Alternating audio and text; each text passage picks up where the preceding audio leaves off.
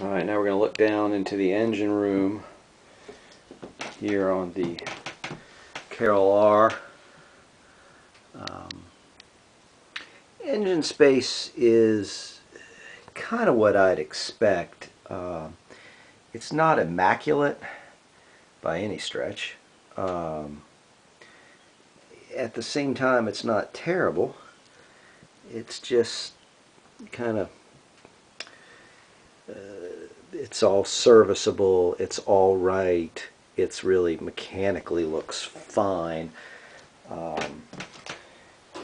It's just not crisp and clean the way you would see certainly on a new boat, or even some really exceptionally well maintained older boats. But I don't see anything immediately wrong with the engine space.